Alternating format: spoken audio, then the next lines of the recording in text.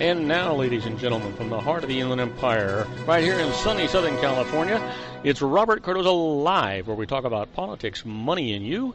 This is the intersection of business and politics. And now here's your host, Robert Cardoza.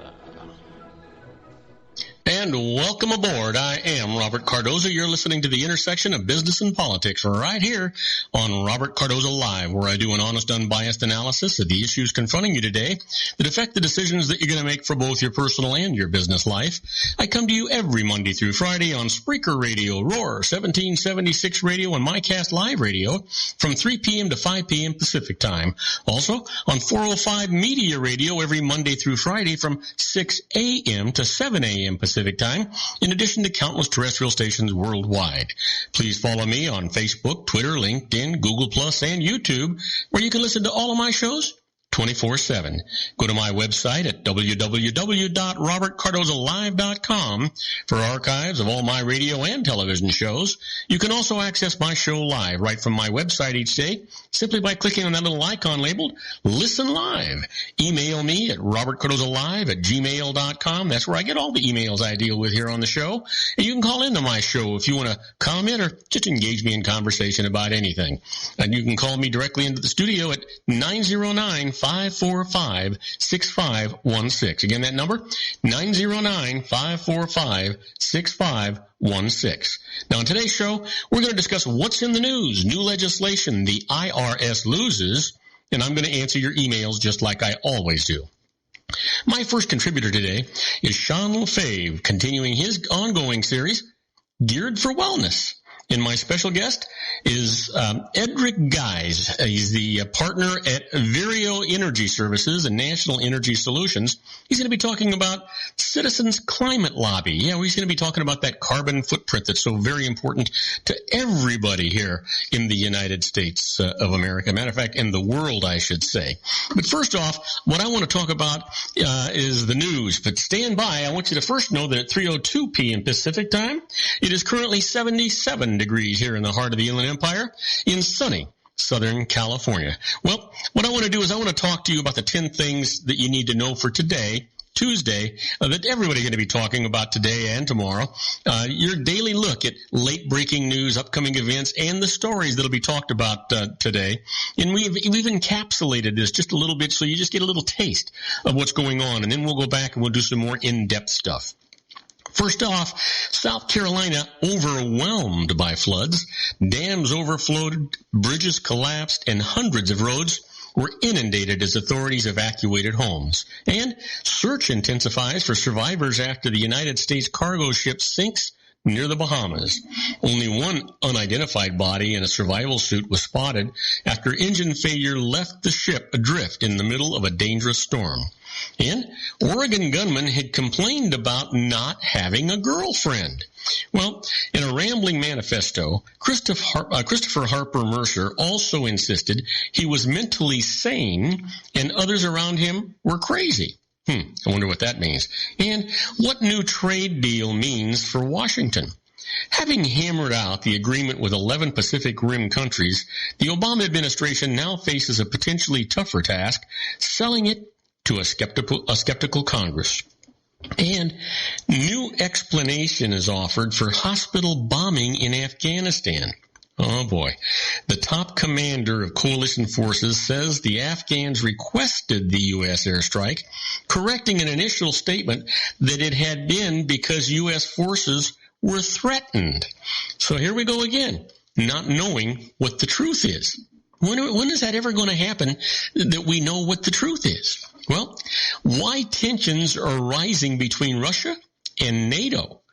A Russian warplane linked to airstrikes in Syria entered airspace above Turkey, prompting the alliance to denounce the irresponsible behavior. Well, we haven't heard the end of that yet. And Israeli leader vows action after a wave of violence. Benjamin Netanyahu sends thousands of soldiers to the West Bank and Jerusalem and lifts restrictions on what security forces can actually do. You know what that means? He lifted the restrictions, so there isn't anything they can't actually do. Well, who won the Nobel Prize in Medicine?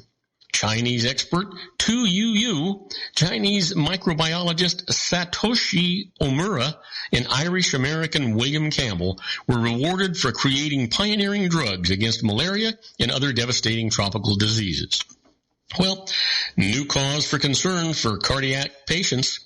Doctors have discovered a potential problem involving implanted heart valves. They don't always open and close properly, possibly because a blood clot has formed that could raise the risk of a stroke. You'd think that they would know that before they put those artificial valves in, wouldn't you? You know, I keep joking around. I joke around a lot about doctors don't get it right because they're still practicing, right? When are they going to get it right the first time out of the box? Well, here's the last encapsulated item in the news today. CC Sabathia admits he suffers from alcoholism. The Yankees pitcher is checking into a rehab center and will miss the postseason. Go figure. That's still, is there ever any good news in the news? I'm beginning to wonder if we get any good news anymore. It seems to be just very far and in between. Well, let's talk about a little more in-depth stuff here today. Let's go back to South Carolina. They clean up, but worries remain amid floods. The family of Miss South Carolina in 1954 found her flood-soaked pageant scrapbook on a dining room floor littered with dead fish on today, as the first sunny day in nearly 2 weeks provided a chance to clean up from historic floods. I would hate for her to see it like this.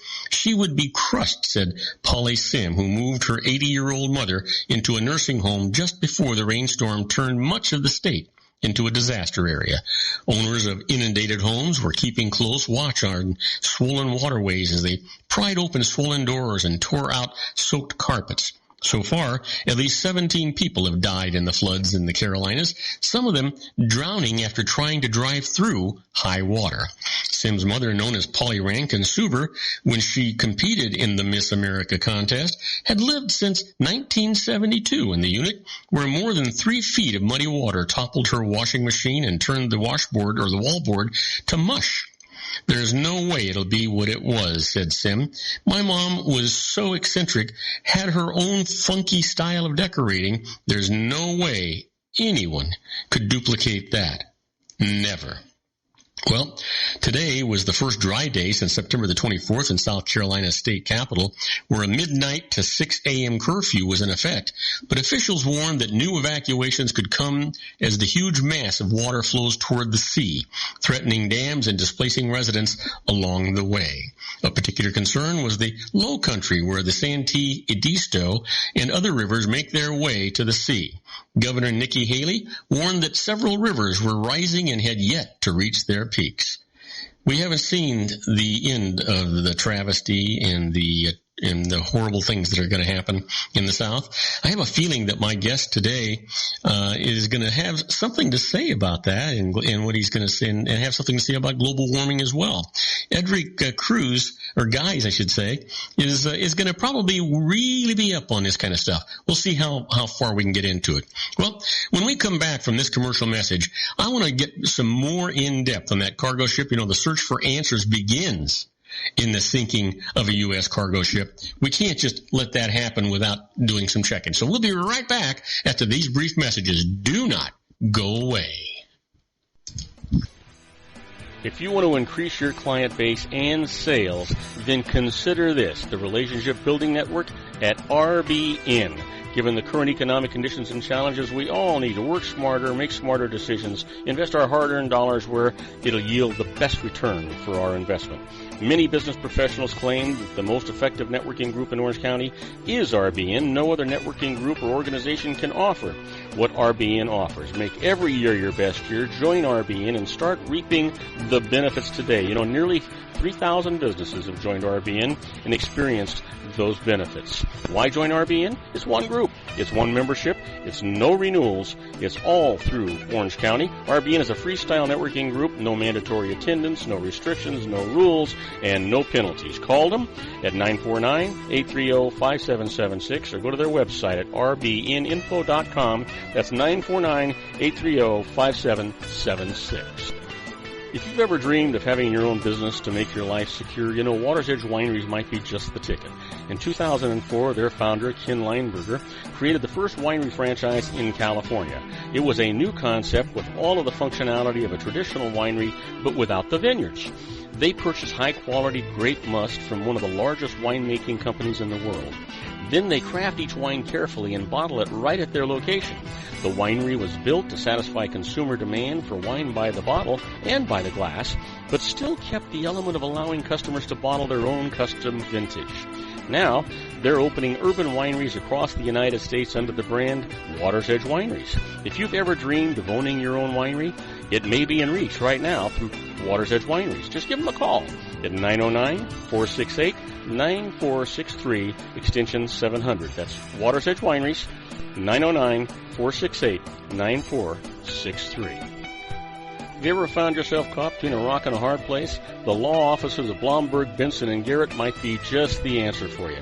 The attorneys of Blomberg, Benson & Garrett have been serving the Inland Empire since 1989. They're dedicated to the aggressive litigation of civil, criminal, and real estate matters. Over the years, they have recovered tens of millions of dollars for their clients. The firm's practice specializes in litigation of personal injury, accident, slip and fall, real estate, and criminal law cases. The firm provides clients with the care, accuracy, and dedication of experienced attorneys. Blomberg, Benson & Garrett is located at 10300 4th Street, Suite 150 in Rancho Cucamonga, California. They've been providing the Inland Empire residents with outstanding legal services for over 25 years.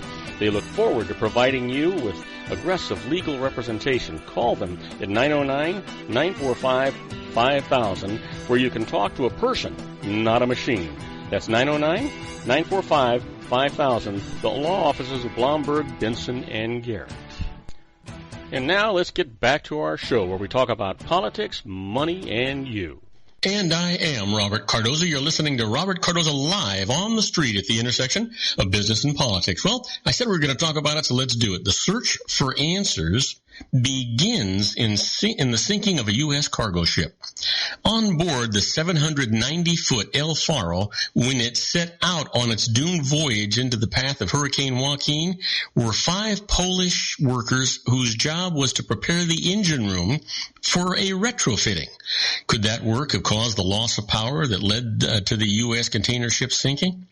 The vessel's owners say that they don't believe so, but the question, along with the captain's decision to plot a course near the storm, will almost certainly be part of an investigation launched today by the National Transportation Safety Board into the disaster near the Bahamas that may have claimed 33 lives. We don't have all the answers. I'm sorry for that. I wish we did, Anthony Ciarello, president of and CEO with ship owner Tote Incorporated, told reporters. But we will find out what happened. The 41-year-old El Faro was scheduled to be retired from Caribbean duty and retrofitted in the coming months for service between the west coast of Alaska, said Phil Green, another Tote executive. The El Faro and its equally aged sister vessel were being replaced on the Jacksonville to Puerto Rico run by 2 brand new ships capable of carrying much more cargo and emitting less pollution.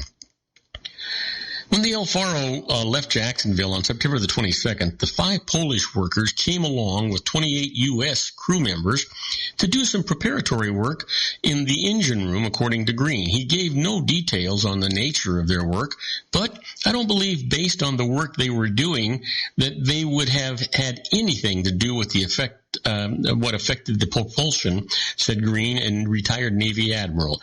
The NTSB dispatched a team from Washington to investigate. It's just a tragic situation, NTSB Vice Chairman Bela Zinzar said. Well, we're going to find out how tragic it was.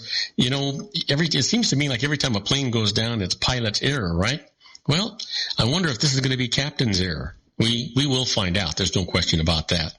Well, a top general recommends keeping more U.S. troops in Afghanistan.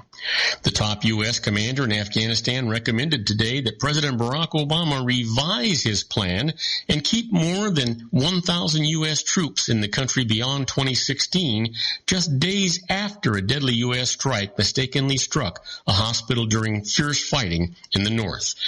General John Campbell told Congress that conditions on the ground have changed since Obama announced his plan in 2014 to cut the current U.S. force of 9,800 to an embassy-based security contingent of about 1,000 in Kabul post-2016.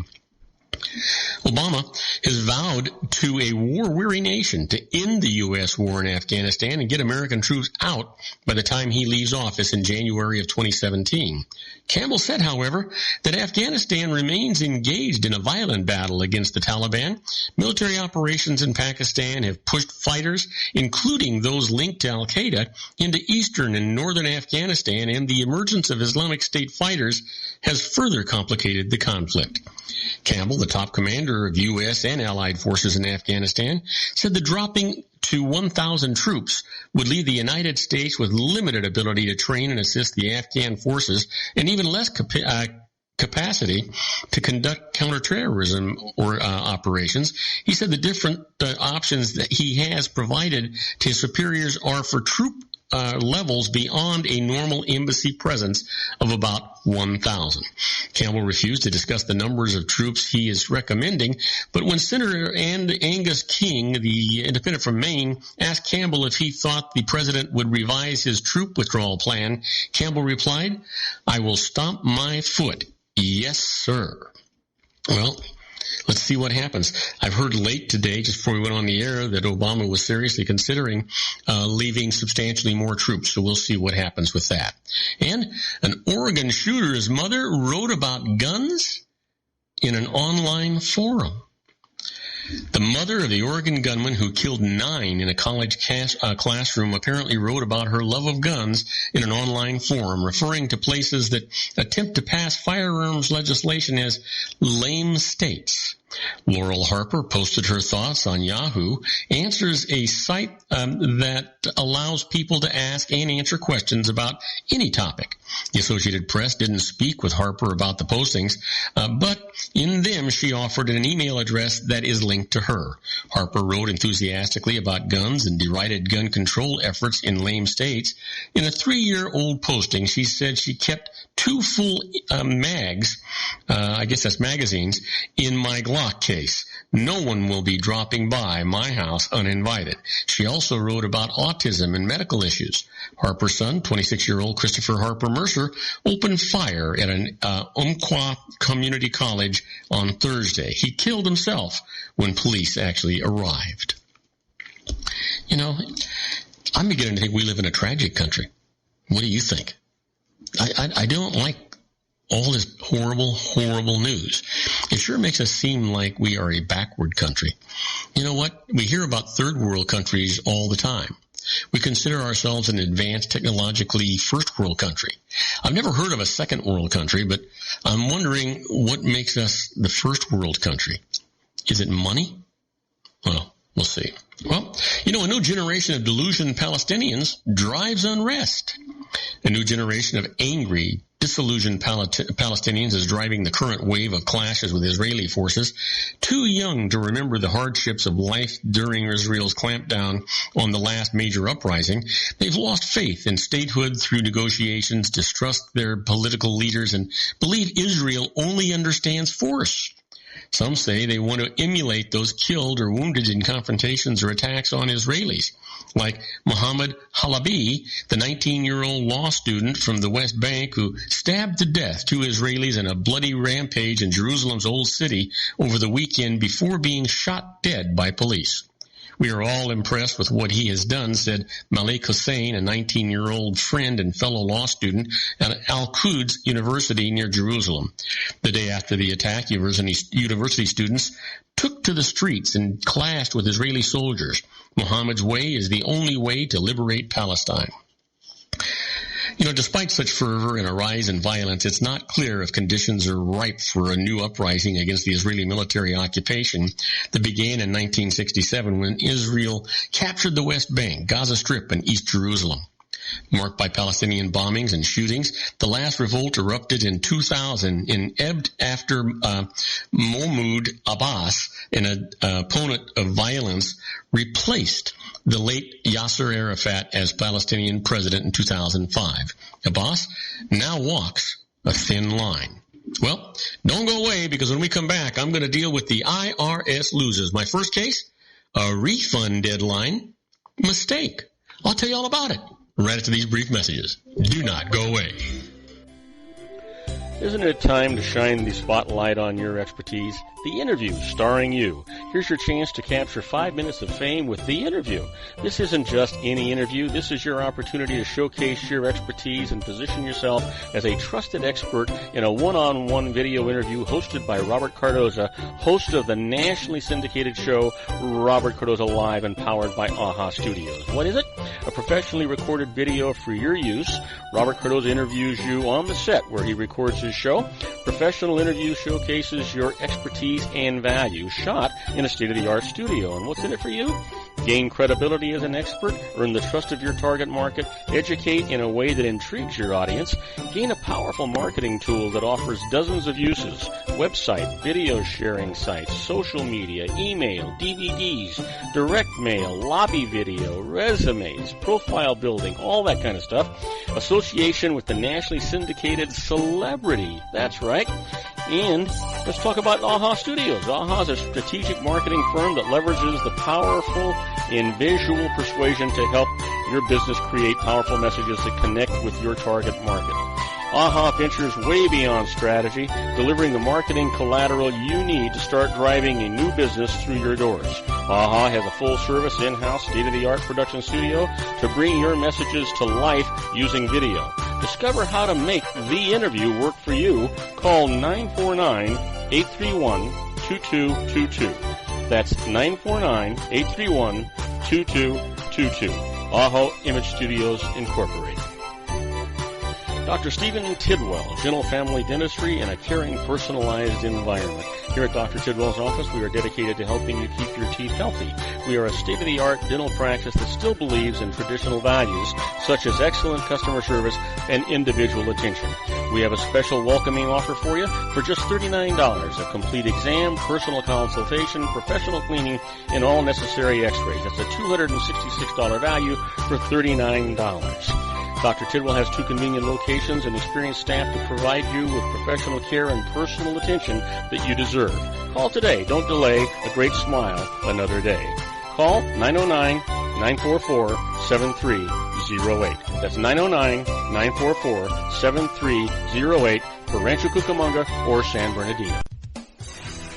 Joel Saltzman is Dr. Wireless. He has turned his considerable expertise into consumer credit risk and wireless security into a highly specialized independent web-based consulting enterprise targeting consumer credit risk analysis and wireless transactional security and monitoring.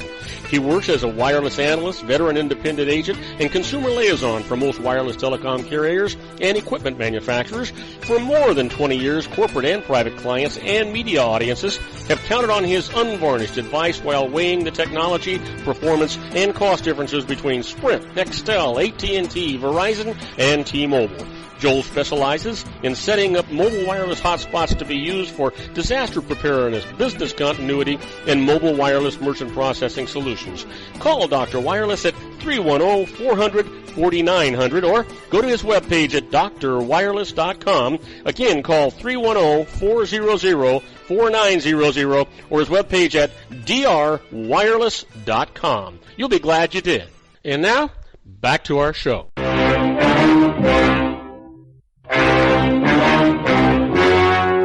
The story you are about to see is true. The names have been changed to protect the innocent.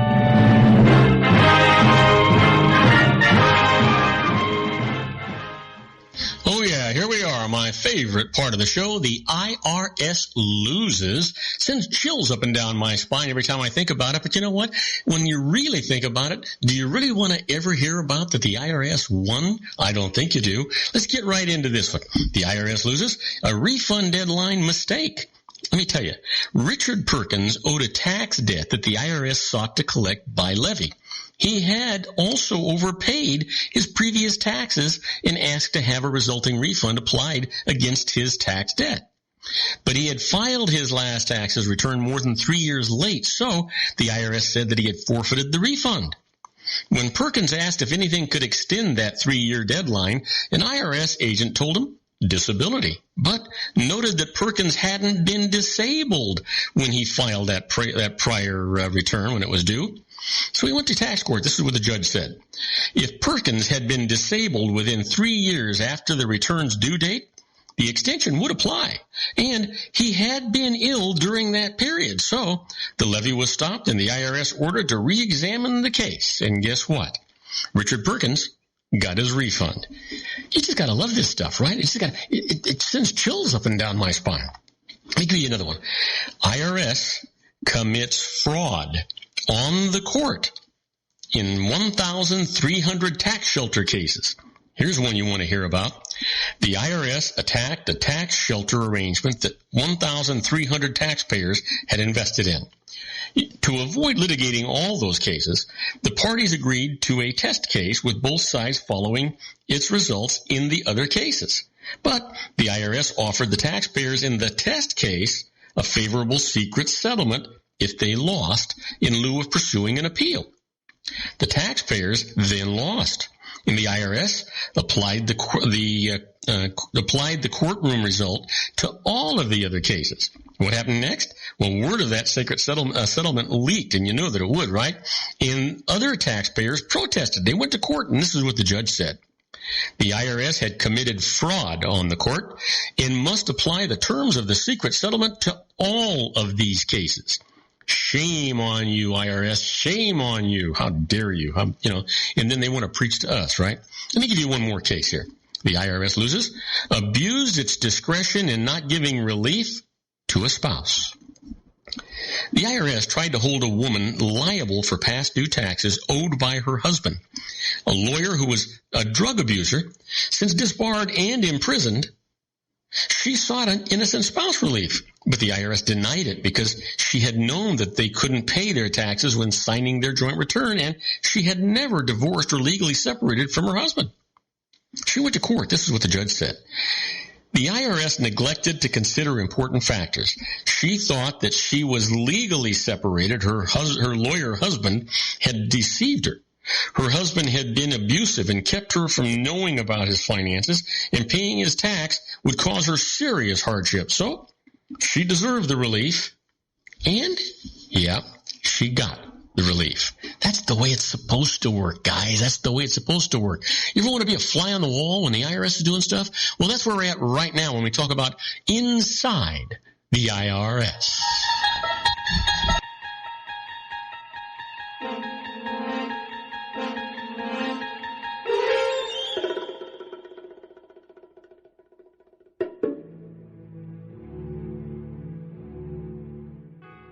Oh, yeah. Now, this is not actually tax court cases. This is a precedent that was set by the Internal Revenue Service when they agreed to different things and they tell you about how things are working. This inside information can actually help you when you're thinking in terms of arguments that you might use against the IRS, things that'll help your side of the case. Obviously, you're never going to use anything that doesn't help your side of the case. So let's get right to it. The IRS is delaying refunds for international filers. So here's the thing. Non-residents filing Form 1040-NR, that's non-resident, can expect to wait for their refunds relating to this year's tax returns. Now, there we go. I got... There he is. We got him in here now. Anyway, these tax returns are now being processed in Dallas instead of Philadelphia, where they had been processed for years. Now, calling the IRS and asking about the status of your refund is virtually useless, since many of these tax returns have not even been posted on the computer system. What do? If the IRS does not have a record of your tax return, send it another signed copy together with a cover letter explaining that you were informed that there is no record of the first return being filed. Send the return by certified mail. Return receipt requested. Ask your accountant to mail the tax return on your behalf if you are located outside of the country. Try to get the name of the person that you can address your letter to. And the best bet, follow up every 2 weeks and try to get a manager to take interest in your case. That is where you're going to want to be with this thing. Absolutely guaranteed. Yeah. Let me leave you with one more. You ever wonder how do IRS agents determine that you have not reported all of your income? Well, a common method that the IRS uses is to simply add up all of your deposits in your bank and brokerage accounts during the year. The presumption is that all deposits represent income unless you can establish that the money came from a gift or a loan. A revenue agent will also review credit card and bank loan statements to determine if payments made during the year to reduce the balance were made from sources other than your bank accounts. So here's the trap. The agent may want to visit your home to determine if there's a new appliance or furniture and to take a look at your wardrobe. Was unreported cash used to purchase these items? Here's your safest bet. The IRS must obtain a search warrant, which never happens in a civil case. So do not give a revenue agent permission to tour your home. Ever, ever, ever. Now, do not go away. When we come back, we're going to be with our own Sean LaFave in his Geared for Wellness Center. He's going to be talking about, well, I think he's going to talk a little bit about Big Macs and Breakfast Jacks, and I think he's going to talk about a large settlement on vaccinations. So don't go away. We'll be right back with Sean LaFave. If you want to increase your client base and sales, then consider this, the Relationship Building Network at RBN. Given the current economic conditions and challenges, we all need to work smarter, make smarter decisions, invest our hard-earned dollars where it'll yield the best return for our investment. Many business professionals claim that the most effective networking group in Orange County is RBN. No other networking group or organization can offer what RBN offers. Make every year your best year. Join RBN and start reaping the benefits today. You know, nearly 3,000 businesses have joined RBN and experienced those benefits. Why join RBN? It's one group. It's one membership. It's no renewals. It's all through Orange County. RBN is a freestyle networking group. No mandatory attendance, no restrictions, no rules, and no penalties. Call them at 949-830-5776 or go to their website at rbninfo.com. That's 949-830-5776. If you've ever dreamed of having your own business to make your life secure, you know Water's Edge Wineries might be just the ticket. In 2004, their founder, Ken Lineberger, created the first winery franchise in California. It was a new concept with all of the functionality of a traditional winery, but without the vineyards. They purchase high-quality grape must from one of the largest winemaking companies in the world. Then they craft each wine carefully and bottle it right at their location. The winery was built to satisfy consumer demand for wine by the bottle and by the glass, but still kept the element of allowing customers to bottle their own custom vintage. Now, they're opening urban wineries across the United States under the brand Water's Edge Wineries. If you've ever dreamed of owning your own winery, it may be in reach right now through Water's Edge Wineries. Just give them a call at 909-468-9463, extension 700. That's Water's Edge Wineries, 909-468-9463. Have you ever found yourself caught between a rock and a hard place? The law offices of Blomberg, Benson, & Garrett might be just the answer for you. The attorneys of Blomberg, Benson, & Garrett have been serving the Inland Empire since 1989. They're dedicated to the aggressive litigation of civil, criminal, and real estate matters. Over the years, they have recovered tens of millions of dollars for their clients. The firm's practice specializes in litigation of personal injury, accident, slip and fall, real estate, and criminal law cases. The firm provides clients with the care, accuracy, and dedication of experienced attorneys. Blomberg, Benson, & Garrett is located at 10300 4th Street, Suite 150 in Rancho Cucamonga, California. They've been providing the Inland Empire residents with outstanding legal services for over 25 years. They look forward to providing you with aggressive legal representation. Call them at 909-945-5000, where you can talk to a person, not a machine. That's 909-945-5000, the law offices of Blomberg, Benson, & Garrett. And now let's get back to our show where we talk about politics, money, and you. And I am Robert Cardoza. You're listening to Robert Cardoza live on the street at the intersection of business and politics. We're at 3:34 p.m. Pacific time. Currently 77 degrees here in the heart of the Inland Empire in sunny Southern California. You know, you talk about a beautiful day. Well, I've got a beautiful person just waiting in the wings. Let me give him a proper introduction and get him in here. And now, ladies and gentlemen, coming to you from his personal meditation lounge in Orange County, California, a professional dedicated to conquering many chronic conditions from autism to weight loss and everything in between. The nationally recognized wellness coach, consultant, and lecturer, Sean LaFave, in his Geared for Wellness Corner.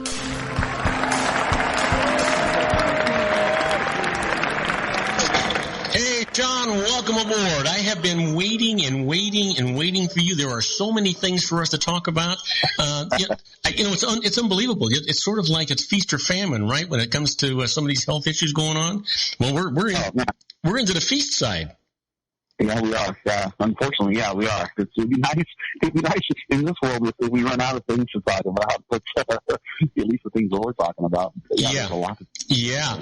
You know what? And I'm not sure what you want to talk about first, but we should talk about this lawsuit with this vaccination thing. I'm being vague on purpose because I want you to set it up. And I think we should have a little bit of a discussion about it. Because when I first saw what you sent me, it appeared to be almost a self-serving ad for this legal group. But I changed my mind about that. It may be or it may not be, but everybody needs some help when it comes down to the kind of things that you're about to describe. So why don't I go ahead and let you have the lead, and then we can have a conversation about it. Yeah, it's funny. I actually thought the same thing when I first read it. I was like, okay, so this attorney, the group, they seem to be promoting themselves, but really, big picture, it is something that's very much needed. And like you said, if there's a need out there, somebody's got to stand up and say, hey, we're here for you guys. But what this boils down to is the U.S. Federal Vaccine Court. And, I want to back up. For those who don't know, that it's, and I know we've talked about this before, but not everybody listens to us every day, which shame on them, of course. But we have in the United States a United States Vaccine Court.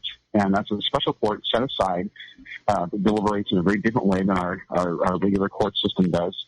And it's there specifically to determine if someone was injured by any type of vaccine, all the way from the flu vaccine all the way up. Matter of fact, the flu vaccine is the number one most payout of all the vaccines for damages. But what this vaccine court does is it was implemented, I believe it was in 1984, and it was put in place to protect the pharmaceutical companies that produce the vaccines. So if I get a vaccine or my child gets a vaccine and are injured by the vaccine, then the pharmaceutical company is exempt from any prosecution at all for paying any retribution, and the payment is made by this court system, which of course is funded by our taxes. So that's something to keep in mind throughout this as well. But the federal court vaccine court awarded a $61 million settlement for a child who suffered adverse reactions from a DTaP, which is the diphtheria, tetanus, and acellular pertussis vaccine. Basically, it was a 2-month-old baby, and just hours after receiving the vaccine, started having seizures, normal breathing, irregular heartbeats. The next morning, her heart stopped, and it took 6 minutes of CPR to get her revived. And she spent the last 6 years with cognitive delays, cerebral palsy, and encephalopathy, and seizure disorder. And what they're saying basically is this child, no matter how long she lives, will basically be affected by the vaccine damage, and there's no chance of recovery. And so the $61 million is rewarded basically to pay, I'm sure, pain and suffering along with her medical expenses for the rest of their life. So let's stop there for just a minute, because in the article you sent me, they did acknowledge that these resistances or adverse allergies to these vaccines were really quite rare. However, it appeared to me that, and I might have been under a misconception, that these drug companies were totally protected, and I suppose they are financially, because as you said, it's tax money that pays these awards, but the people that are affected this way, and I mean, there's no justification, there's nothing that's going to make it good again, but at least they do have some recourse through some legal firm that actually specializes in these vaccine issues, that they can go to court and they can get some justice for the loved one that is going to be suffering the rest of their life. Is that right?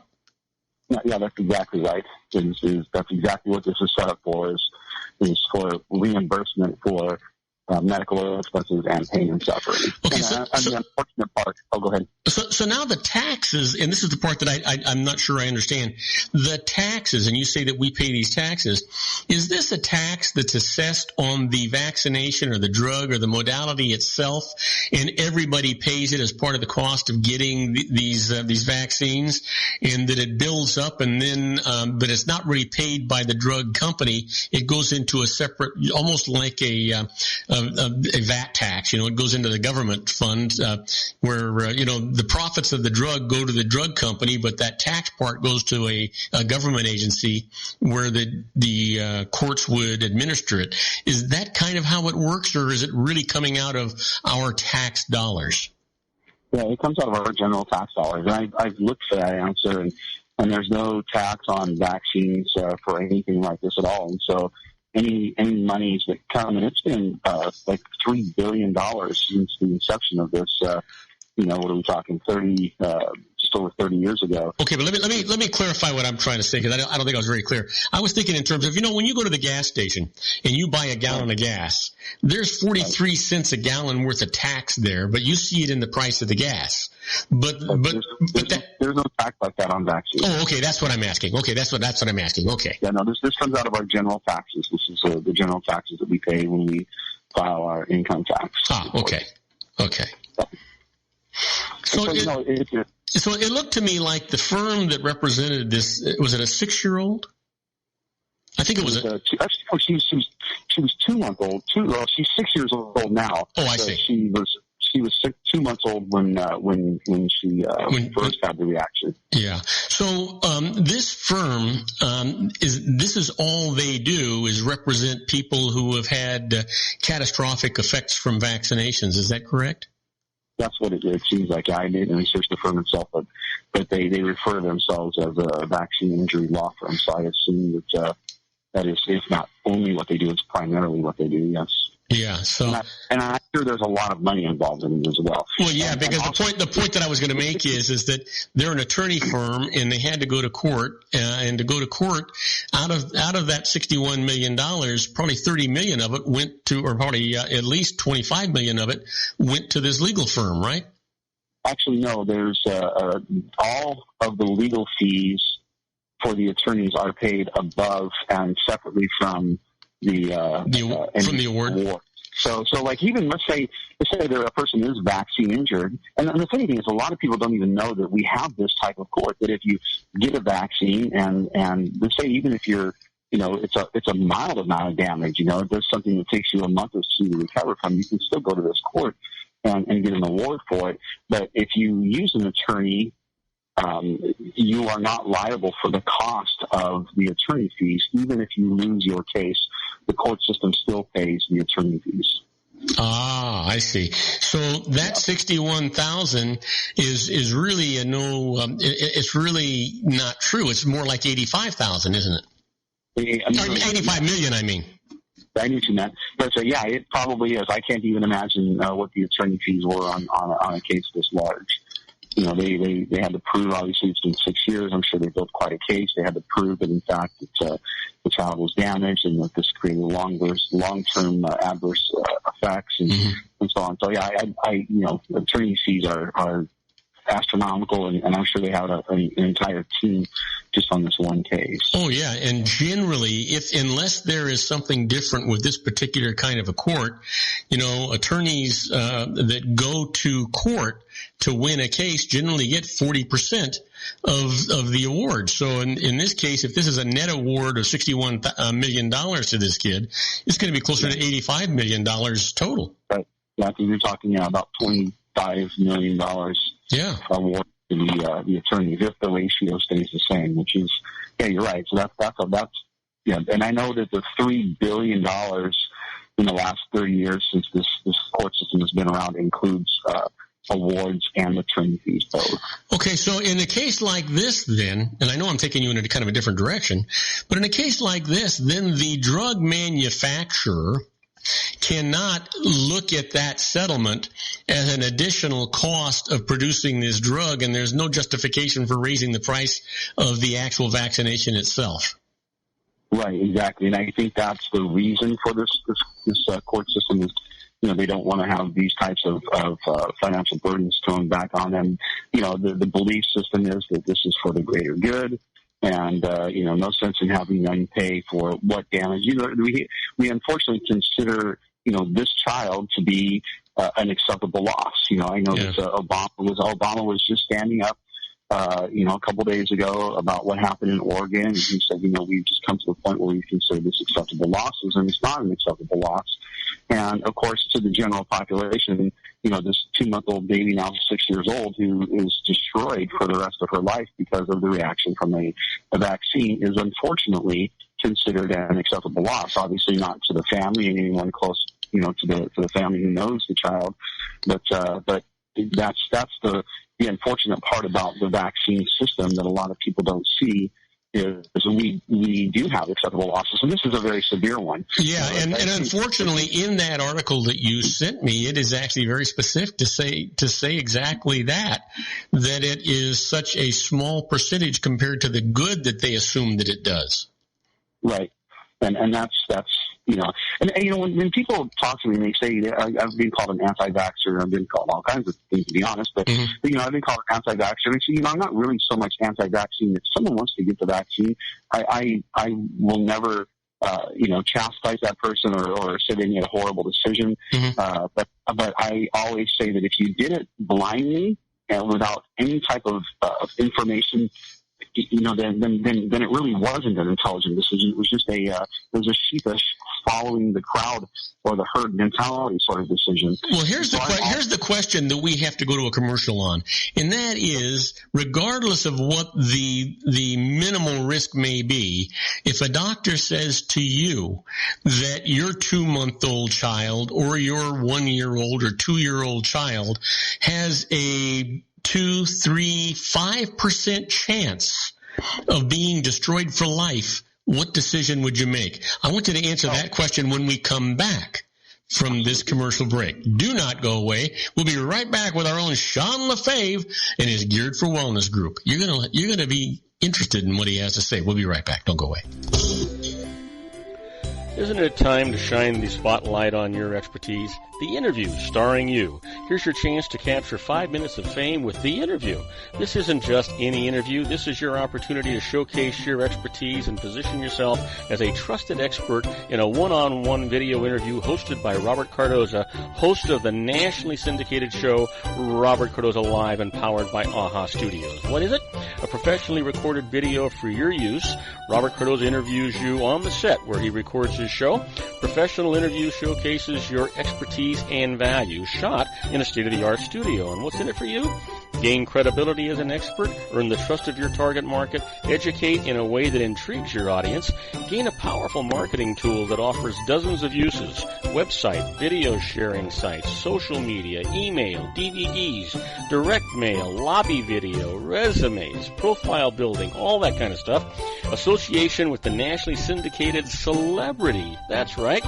And let's talk about AHA Studios. AHA is a strategic marketing firm that leverages the powerful in visual persuasion to help your business create powerful messages that connect with your target market. AHA ventures way beyond strategy, delivering the marketing collateral you need to start driving a new business through your doors. AHA has a full-service, in-house, state-of-the-art production studio to bring your messages to life using video. Discover how to make The Interview work for you. Call 949-831-2222. That's 949-831-2222. AHA Image Studios, Incorporated. Dr. Stephen Tidwell, Gentle Family Dentistry in a caring, personalized environment. Here at Dr. Tidwell's office, we are dedicated to helping you keep your teeth healthy. We are a state-of-the-art dental practice that still believes in traditional values, such as excellent customer service and individual attention. We have a special welcoming offer for you for just $39, a complete exam, personal consultation, professional cleaning, and all necessary x-rays. That's a $266 value for $39. Dr. Tidwell has 2 convenient locations and experienced staff to provide you with professional care and personal attention that you deserve. Call today. Don't delay. A great smile another day. Call 909-944-7308. That's 909-944-7308 for Rancho Cucamonga or San Bernardino. Joel Saltzman is Dr. Wireless. He has turned his considerable expertise into consumer credit risk and wireless security into a highly specialized independent web-based consulting enterprise targeting consumer credit risk analysis and wireless transactional security and monitoring. He works as a wireless analyst, veteran independent agent, and consumer liaison for most wireless telecom carriers and equipment manufacturers. For more than 20 years, corporate and private clients and media audiences have counted on his unvarnished advice while weighing the technology, performance, and cost differences between Sprint, Nextel, AT&T, Verizon, and T-Mobile. Joel specializes in setting up mobile wireless hotspots to be used for disaster preparedness, business continuity, and mobile wireless merchant processing solutions. Call Dr. Wireless at 310-400-4900 or go to his webpage at drwireless.com. Again, call 310-400-4900 or his webpage at drwireless.com. You'll be glad you did. And now, back to our show. And I am Robert Cardoza. You're listening to Robert Cardoza Live on the street at the intersection of business and politics. We're talking to our own, you know what? He's my go-to guy, Sean Lefebvre at his Geared for Wellness Center. So, Sean, let's pretend that was your 2-month-old or your 1 or 2-year-old, and the doctor says to you, well, you've got a 2, 3, 5, 6% chance that your child is going to become a vegetable if you take this vaccination. What's your decision going to be? Well, even if it's a lot less than that, which actually it is, but my answer obviously is there's no way I would take that chance. To me, it's just not a risk worth taking. And so, in fact, it's even in my own son, you can the results are there. He's never been vaccinated, and so and if he wants to make that decision as an adult, I think it's totally up to him. But I am, of course we get the presidential campaign going on right now, and I'm actually a big supporter of Donald Trump for a lot of reasons, and one of the reasons is because his stance on vaccines is my favorite of all of the candidates out there. And his stance is pretty simple. He says, I'm pro-vaccine because I think we need them. Not that I necessarily agree with that statement 100%, but he goes, we need them. He goes, but we need to stop giving so many vaccines to these kids when they're so little. He said, wait a little bit longer, stretch it out over a longer period of time. Don't give them. Yeah, and not only don't give them, when they're so little, don't give them so many at the same time. Yeah. Yeah, and there's I could give you a list of children who have died from vaccines. Some of them from a single dose, but most of them you'll see they were given 5, 6, 7, 8. The most recent one I saw, and this, in my opinion, this doctor should be charged with murder. This young child, very young child, was given 13 doses of vaccinations at one time. The mom intentionally waited because she wanted her child's immune system to strengthen a little bit. And so when she went in, the nurse, without consulting with the mom, says, this poor child is behind on her vaccinations, and literally gave her all of the vaccinations they literally put this cocktail. They would, suck one with the needle, and they injected all of these vaccines into this child, 13 of them, and the child died. And that was just recent. That was just a few weeks ago. And so, it happens on a fairly regular basis that, the children die, children get brain damage, children get, fevers are very common, and the court system isn't going to pay out for something as simple as a fever. But to me, something like this, to have this child, is permanently, I'm assuming a non-functioning adult, a non-functioning human being to someday hopefully be an adult, but I don't even know, hopefully at that point, like, what quality of life do you have? So yeah, for me, there's a chance. Imagine, look at it this way. If they said to you, Robert, here's your plane ticket, and just want to give you a warning that about 1/2 of 1% of all airplanes crash, and not everybody dies, but some people get burns and injuries and some lifelong injuries. But not everybody dies. But have a great flight. You'd probably think twice, even if it was less than 1%, even if it was 1/10 of 1% of the airplanes out there that are crashing on us. And so when the question is this could possibly happen to your child, what we just have been talking about, would you take that risk? And of course, for me, the answer is absolutely no. Yeah, and I think it's easier to take a risk for yourself than it is to take a risk for another human being. Oh yeah, absolutely, yeah. And I guarantee you, in every single case, whether it was a child who the parents say my child came down with autism because of this vaccine, or my child was, had permanent brain damage or permanent paralysis, or even temporary paralysis, or temporary damage that maybe lasted. I personally was vaccine injured, and it took me about 4 months. I had breathing issues that lasted for over 4 months. Oh my goodness! And of course, even if even obviously death is about as bad as it gets. There's not a single parent out there that's going to go, well, this is an acceptable loss. When it's your child, it certainly is not a loss that you're willing to accept.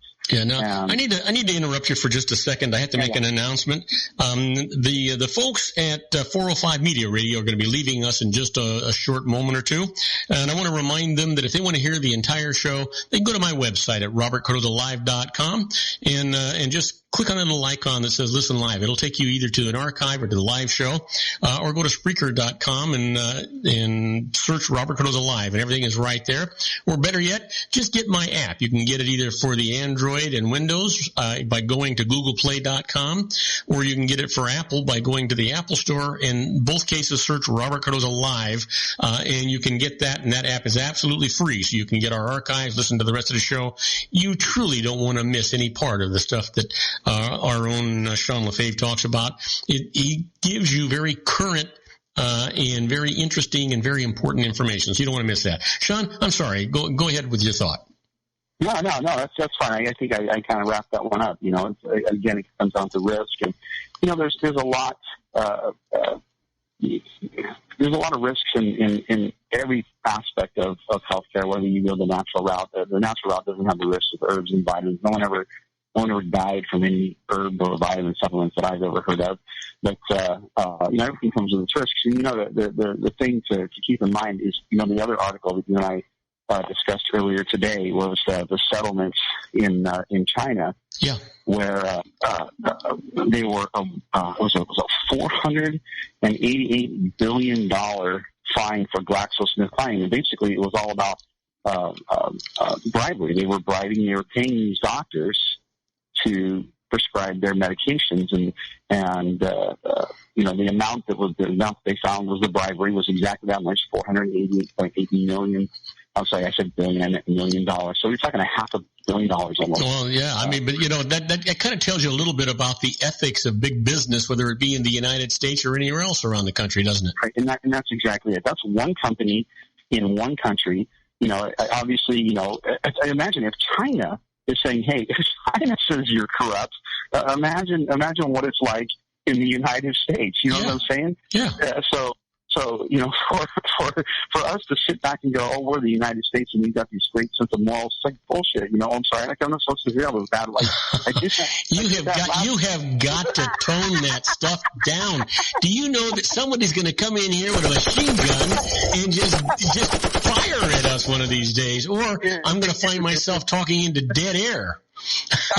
If they do, it's probably going to be someone who's on antidepressants. That's, what a great segue. All of these shootings, like the one in Oregon recently, this guy, his online name was Lithium Love or something like that, which lithium is an antidepressant. And what they're discovering is that all of these shootings, all of these shooters are on antidepressants, anti-anxiety meds, and there's black label warnings on these that say side effects include homicidal and suicidal thoughts. And so we've got the thing that to go back to the $61 million settlement for the vaccine injury is it's not about this one child, which at this point it really is in that case, but it's really about being informed, understanding when you're putting something in your body that is a chemical that is not intended to go in your body, and with the vaccines, it's not the virus that does the damage. It's the heavy metals. There's formaldehyde. There's fetal tissue in there. There's monosodium glutamate. There's peanut oil. There's all kinds of different things in there. Some that we would assume to be inert, and some that we would obviously go, there's no way that injecting your child with aluminum and formaldehyde and mercury certainly can't be a good thing to do. And so understanding that those things are there and those risks are involved, and that's with any type of medication that you take. People die. It's 100,000, over 100,000 people. These are CDC numbers. These aren't, my numbers. Over 100,000 people die every year in the United States from medications. And we've got, these pharmaceutical companies. One, when it comes to vaccines, they're completely protected from any type of damages whenever they do, physical harm to a child. And then we've got, like GlaxoSmithKline, in China, that, are being sued for almost $500 million for bribery just in one country. So to understand, okay, your doctor may tell you, hey, this is really great. This is good stuff. It does wonderful things. It's good for you. And it's going to benefit you, but also understand that there is a darker side to all of this as well. And so be informed that whenever there's money to be made, we should always err on the side of caution. Oh yeah. Absolutely.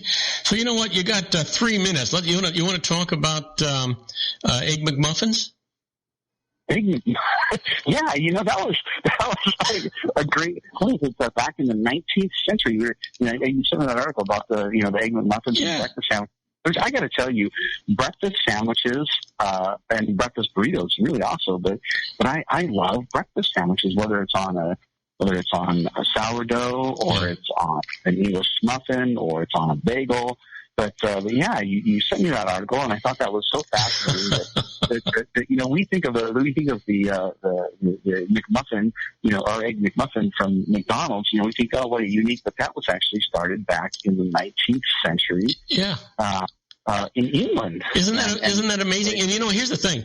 I like anything breakfast. I mean, I can eat breakfast 24 hours a day. I love breakfast. Yep. Yeah, and McDonald's, of course, right now they're going to make their breakfast available 24 hours a day, or they're open 24 all day long. As long as they're open, they're going to have breakfast.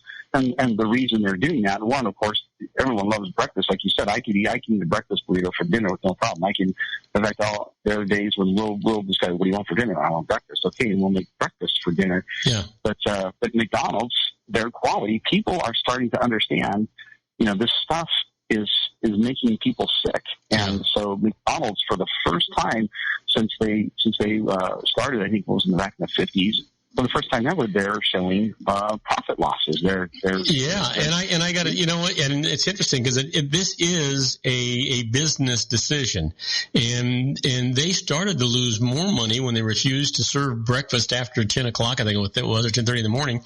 Now they're having limited breakfast, and they have a different breakfast available on the East Coast, or the Southeast actually, as opposed to what they have in the rest of the nation. It's interesting, and only about 90% of the McDonald's are doing this, but they're doing it for survival because it's that breakfast that is actually shoring up the revenue intake for McDonald's. Right. Yep. Exactly. Yeah.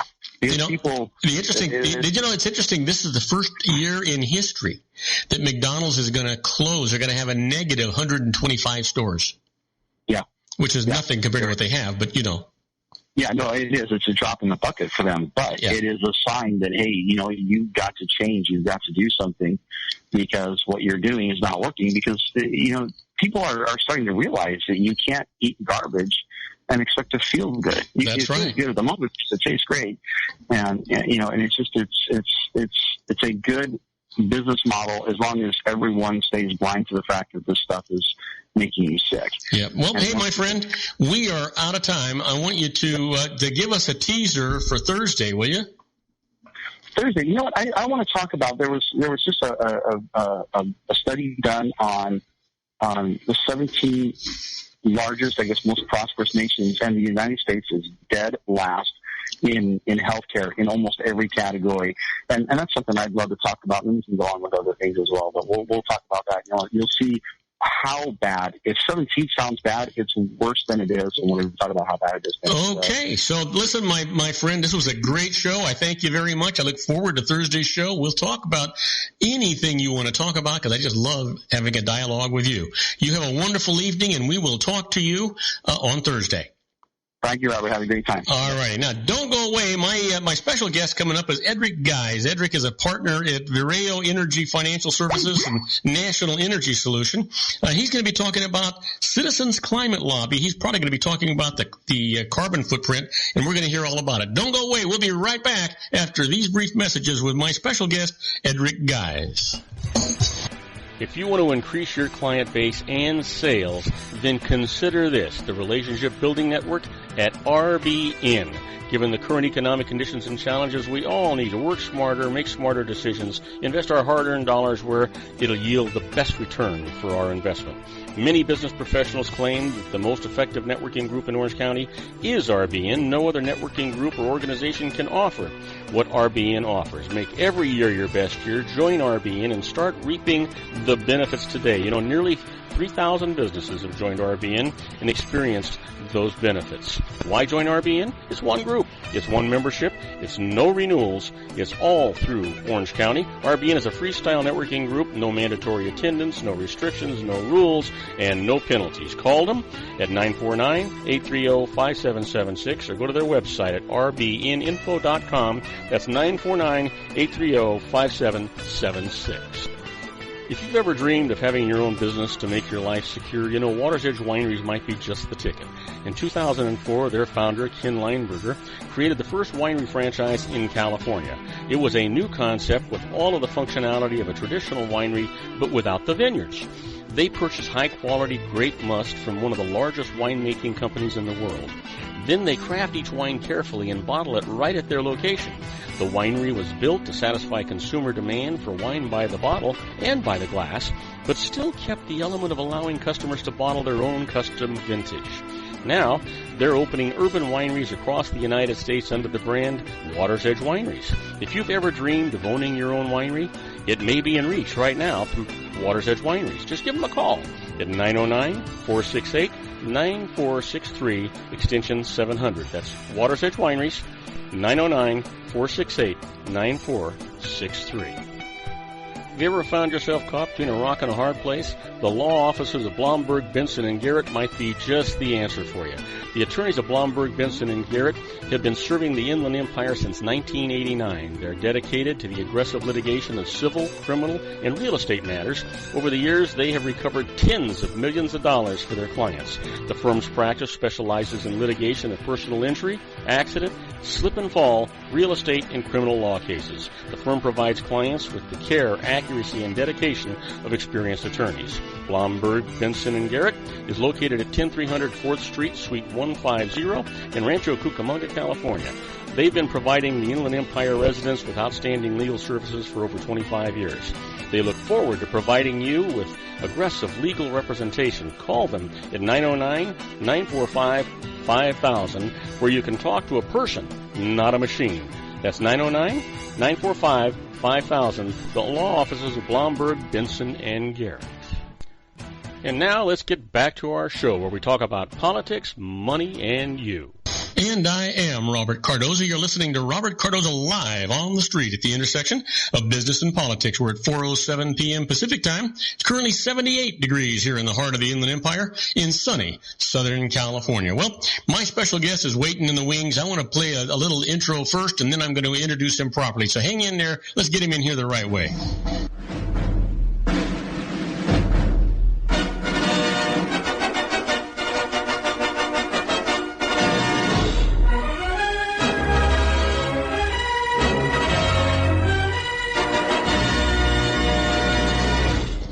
Guys, help me welcome aboard Eric Guys. He's a partner at Vireo Energy Financial Services and National Energy Solutions. They're located in the greater Los Angeles area. They deal with renewables and environment. I'm certain he's going to talk about the carbon footprint, and especially he's going to talk about a Citizens Climate Lobby. He graduated from the University of Michigan. Help me welcome aboard Eric Guys. Hey, Eric, you out there? Yes. Hi, Robert. Hey, it's good to have you with us. I'm excited to actually be involved in the entire interview today. I kind of missed most of it because of technical issues that we had last time. And so I'm really excited to get involved and hear what you have to say and maybe ask a few dumb questions if you don't mind. Have at it. I'm happy to help out. Okay. So basically, what you're really involved in is not just the carbon footprint for the United States, but for the whole world. Is that not right? Well, Citizens Climate Lobby does focus on the Congress here in the United States, but we do have chapters in Europe and the Far East, India, Australia, Japan. These other countries that have citizen activist groups that want to put a price on carbon as part of a global solution. And the short story and part of your answer is we coordinate with a number of other NGOs or non-governmental organizations around the world who are advocating for a price on carbon that would be part of the negotiation that's coming up at the beginning of this December in Paris. That you may have heard about. So, basically then what you're saying is it really doesn't matter whether it's from the United States, North America, South America, Australia. Anybody that does any good and has a positive effect on reducing the carbon footprint helps everybody in the world. In this particular case, you've got chapters all over the world, and if they all coordinate together, can have a really meaningful effect on reducing that carbon footprint that hurts our environment. Is that not right? It's right for different reasons at different levels. And so each of us can lower our carbon footprint with our daily decisions, the type of vehicles we drive, the type of products we buy. But it's generally you have to be almost a wonk to figure out, the carbon content of things that you buy at grocery stores or hardware stores and the like. But 2/3 of our carbon footprint is not related to the fuel we buy or the utility energy that we buy for our homes and businesses. It's related to the products that we buy. So, you're talking like aerosols? You're talking about like aerosols, things like that? Well, aerosols have carbon content, but so do a lot of the products that are made. The manufacture of products themselves, including automobiles, consumes an enormous amount of energy. And that energy is often carbon-based. So the embedded in the production of any product is, on some level, a carbon footprint. But more broadly, the carbon footprint that CCL focuses on is that which is controlled by the U.S. Congress, which is the footprint of our nation. And so all of our individual actions are very meaningful, and we don't want to diminish that at all. The president's Clean Power Plan, which is highly controversial, conservatives in our country are fighting it tooth and nail. They're even telling states not to comply with it. But that, even if it was broadly accepted, would not have enough carbon reduction to solve the climate change problem, to reduce carbon pollution enough. The only way that we get there, and this is, agreed on by almost 90% of economists around the world, is to put a price on carbon. And that has to be done by nations. Now, is that done? That price on carbon, is that a price that is actually assessed to the end user or the manufacturer or both? It's the carbon extraction company itself. Oh. So we as consumers and we as businesses would not directly see that tax. Coal companies, oil companies, and natural gas companies would see that tax as it would be imposed at the point at which the carbon-based fuel is taken out of the ground.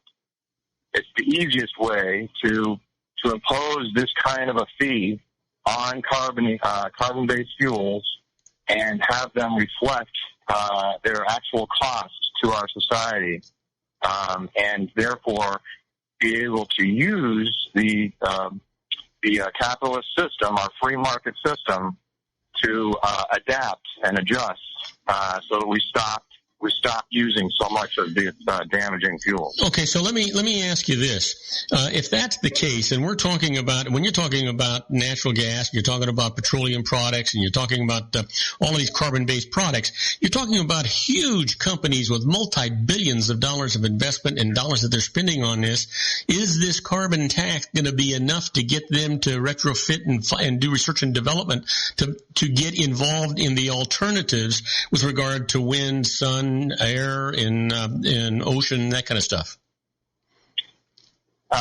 It is an evolution that will happen in ways that are not predictable. As you know, from being business-focused, markets are not that predictable.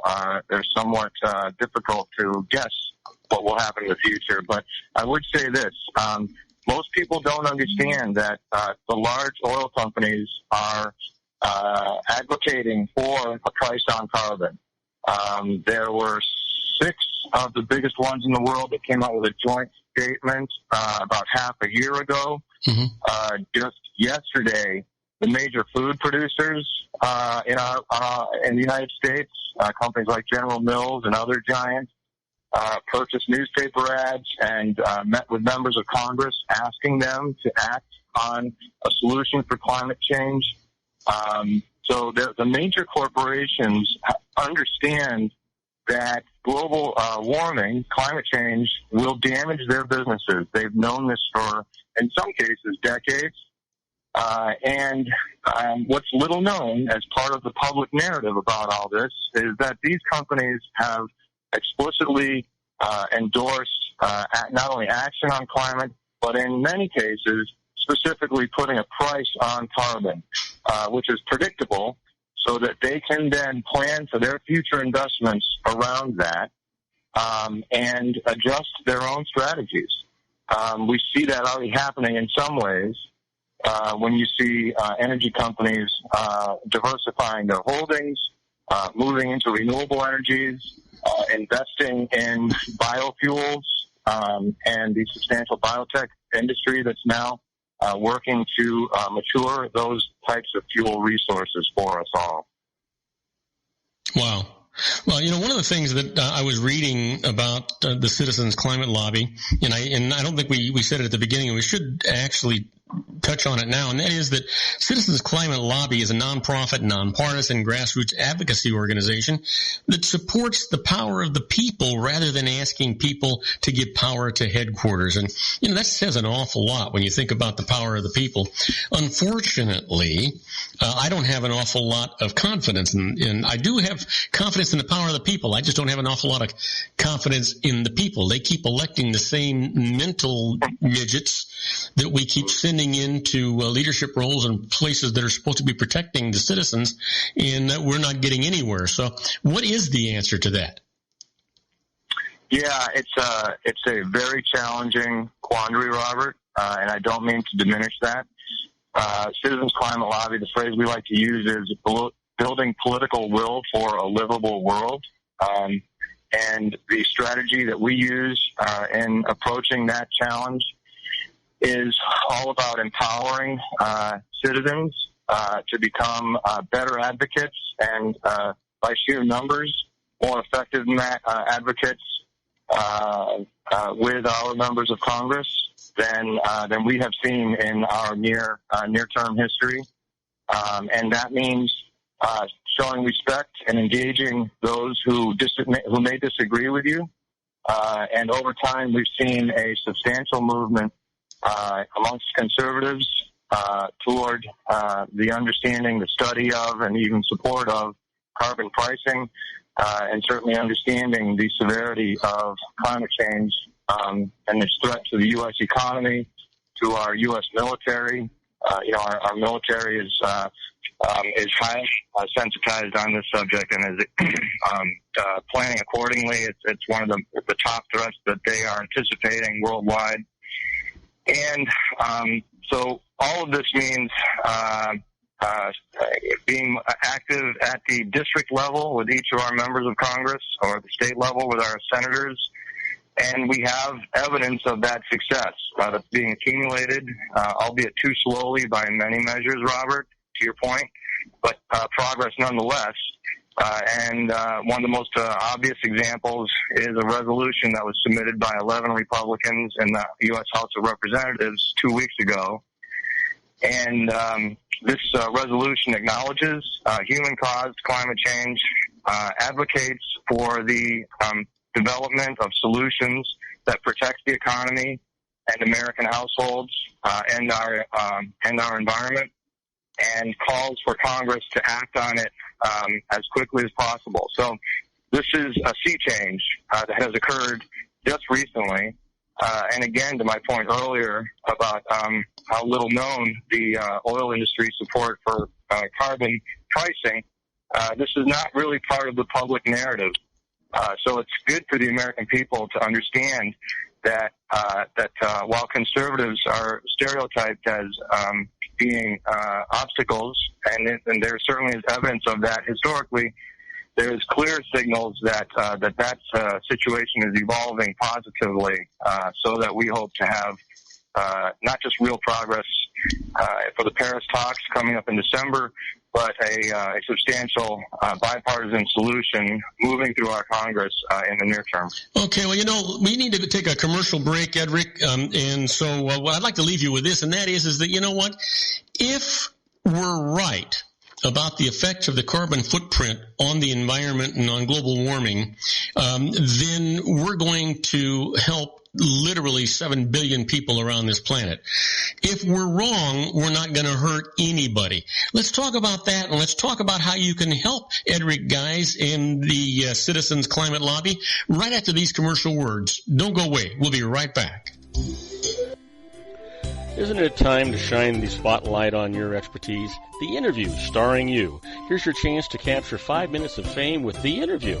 This isn't just any interview. This is your opportunity to showcase your expertise and position yourself as a trusted expert in a one-on-one video interview hosted by Robert Cardoza, host of the nationally syndicated show Robert Cardoza Live and powered by AHA Studios. What is it? A professionally recorded video for your use. Robert Cardoza interviews you on the set where he records his show. Professional interview showcases your expertise and value, shot in a state-of-the-art studio. And what's in it for you? Gain credibility as an expert, earn the trust of your target market, educate in a way that intrigues your audience, gain a powerful marketing tool that offers dozens of uses, website, video sharing sites, social media, email, DVDs, direct mail, lobby video, resumes, profile building, all that kind of stuff. Association with the nationally syndicated celebrity. That's right. And let's talk about AHA Studios. AHA is a strategic marketing firm that leverages the powerful in visual persuasion to help your business create powerful messages that connect with your target market. AHA ventures way beyond strategy, delivering the marketing collateral you need to start driving a new business through your doors. AHA has a full-service, in-house, state-of-the-art production studio to bring your messages to life using video. Discover how to make The Interview work for you. Call 949-831-2222. That's 949-831-2222. AHA Image Studios Incorporated. Dr. Stephen Tidwell, Gentle Family Dentistry in a caring, personalized environment. Here at Dr. Tidwell's office, we are dedicated to helping you keep your teeth healthy. We are a state-of-the-art dental practice that still believes in traditional values, such as excellent customer service and individual attention. We have a special welcoming offer for you for just $39, a complete exam, personal consultation, professional cleaning, and all necessary x-rays. That's a $266 value for $39. Dr. Tidwell has 2 convenient locations and experienced staff to provide you with professional care and personal attention that you deserve. Call today. Don't delay. A great smile another day. Call 909-944-7308. That's 909-944-7308 for Rancho Cucamonga or San Bernardino. Joel Saltzman is Dr. Wireless. He has turned his considerable expertise into consumer credit risk and wireless security into a highly specialized independent web-based consulting enterprise targeting consumer credit risk analysis and wireless transactional security and monitoring. He works as a wireless analyst, veteran independent agent, and consumer liaison for most wireless telecom carriers and equipment manufacturers. For more than 20 years, corporate and private clients and media audiences have counted on his unvarnished advice while weighing the technology, performance, and cost differences between Sprint, Nextel, AT&T, Verizon, and T-Mobile. Joel specializes in setting up mobile wireless hotspots to be used for disaster preparedness, business continuity, and mobile wireless merchant processing solutions. Call Dr. Wireless at 310-400-4900 or go to his webpage at drwireless.com. Again, call 310-400-4900 or his webpage at drwireless.com. You'll be glad you did. And now, back to our show. And I am Robert Cardoza. You're listening to Robert Cardoza Live on the street at the intersection of business and politics. My special guest, Eric Guys, a partner at Vireo Energy Financial Services and National Energy Solutions. We're talking about the carbon footprint. We're talking about global warming, and we're talking about doing a dividend tax on carbon producers. You know, one of the things that I found in the information when I was looking up Edric today was a quote that they had made, and they said, government will respond to the will of the people provided we tell the government what we want. Politicians don't create political will, they respond to it. So, Edric, tell me, how are we going to get people to get the government to respond to our will? Well, it is a process, and it's one that doesn't come naturally to us, or to many of us, I should say. And so, in order to be effective as advocates for the climate, in this case, we have to learn how to do so. And so CCL, Citizens Climate Lobby, is very purposeful in supporting and educating its members on how to do so. And what that involves is finding a path that you're comfortable with, and maybe pushing yourself a little bit, getting into things that aren't maybe natural or comfortable for you. Like, for instance, for those of us who are decent public speaking, going and talking with Rotary clubs or chambers of commerce, or religious groups, which is occurring now by the thousands all over the country. And another pathway to influencing our elected officials is through the media. They pay close attention to the editorial positions of newspapers in their own communities. And so we very purposefully and methodically track the articles that come out from these newspapers and other media, radio and television, regarding climate change, and respond to them with, for instance, letters to the editor and op-ed pieces that we submit.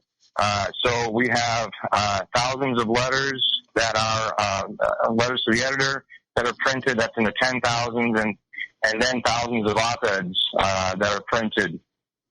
There's also directly engaging with the elected officials and their staff, very methodically and respectfully, creating relationships with those parties and providing them with feedback from the community in the form of endorsements, in the form of meetings with climate experts, supported by constituents, folks that are voters in their community. All of these things position Citizens Climate Lobby and the volunteers that are part of it as the most organized advocates for the climate. As many staff and elected officials in Congress would tell you, we have more of this kind of direct engagement than any other environmental group, and in part because we're singular in focus. We are all about pricing carbon so that we can avoid the worst effects of climate change on our communities and families and our nation. So are you lobbying Congress at this time? And if so, can you give us some indication as to what kind of a reception you're getting? And then after that, I need you to give out a website or contact information, how people can get a hold of you so they can help and support you. Sure. Well, how Congress is receiving us. Well, we have annually we set meetings. We have meetings in June in Washington, D.C., and then for the balance of the year, we meet with every member of Congress. We have active groups in all but 5 congressional districts. So there's over 500 Citizens Climate Lobby groups dealing directly with each elected member of Congress. And each year, in 2014, the dialogue was one that represented more conflict as to whether global warming was real or not. But our past round of meetings this year, in June of this year, only 7% of members of Congress had any question that suggested some skepticism about climate change. So with near unanimity, they wanted to talk about solutions. What kind of solutions can take advantage of American ingenuity, can use free market forces, can avoid overregulation, and some of these alternatives that are anathema to that are really negative when it comes to the business community, and equally important to conservatives who are positioned to stop anything that happens on climate change. So it's all about finding a solution that works for both sides of the aisle. So you must be hitting some resistance from conservatives as well as some Democrats, I suppose, or liberals, when it comes to the carbon fee and dividends, because you're talking about if they're supporting business, then business is going to resist this kind of a fee, and it's going to have to be something that is demanded. And how are we going to get the legislators to do that, short of just replacing the 535 guys we got in Washington, D.C. with fresh people that haven't been bought and paid for already? Yeah, we are. CCL is based in reality, Robert, and not to suggest that you are not, but I think you and most people who are listening will understand that we're not going to be able to vote out all 500 plus members of Congress. Oh no, I was being strategy. I was being facetious. I understand, yeah. And but the real strategy is to engage with them respectfully, provide them with evidence, show community support, and there is a precedent for evolving the policy position and the related laws that come out of our Congress. We've done it in the past when it comes to worldwide hunger, which is a model that Citizens Climate Lobby is based on, is the history of success in engaging with Congress and helping our brothers and sisters around the world who do not have enough food. So we're using that model to affect change. And as I mentioned earlier, you have a confluence of major industries in our country and worldwide, including the oil industry, including the banking industry, which is calling for a price on carbon. There's plenty of evidence of all of this activity, written and otherwise.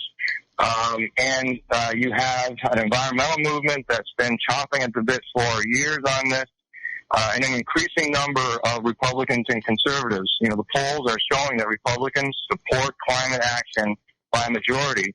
And when you get into the younger members of the Republican Party, under 49, that majority gets up to 70%. So we believe that the time for the confluence of these forces will result in substantial change and action in support of the climate. And the challenge is to make sure that we don't miss this opportunity, because time is of the essence, and we have the Paris climate talks coming up in December. So if you've got that large support from the conservative side of the House, you must have a larger portion of support from the liberal side. Would that be accurate to say?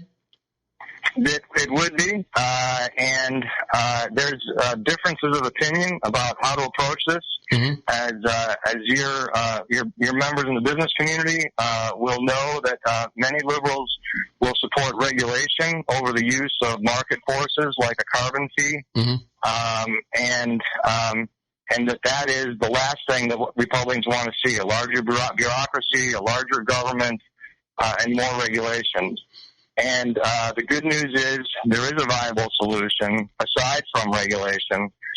And while we might have the legal and bureaucratic infrastructure to impose regulations in our country, most countries around the world do not. So regulation will not work to solve the climate problem around the world. But a carbon fee will. And that's using the free market. That's using market ingenuity. Using American entrepreneurialism to that end. And so we're enthusiastic about the point that we are in history and the milestones that we've been able to achieve so far to help us get to a solution here. So you can apply that model worldwide as opposed to a regulation, right? Yeah, using market forces. I mean, there already are many countries, including China, that have been pricing carbon. They have different ways of doing so. As you might imagine, each country is somewhat unique. But at the end of the day, we have a more than a starting point with nations around the world that are pricing carbon. It's an impressive list. I don't have it at the tip of my tongue, but we believe that this is the most efficient, effective way to include other nations. And that's partly supported by a border tax here.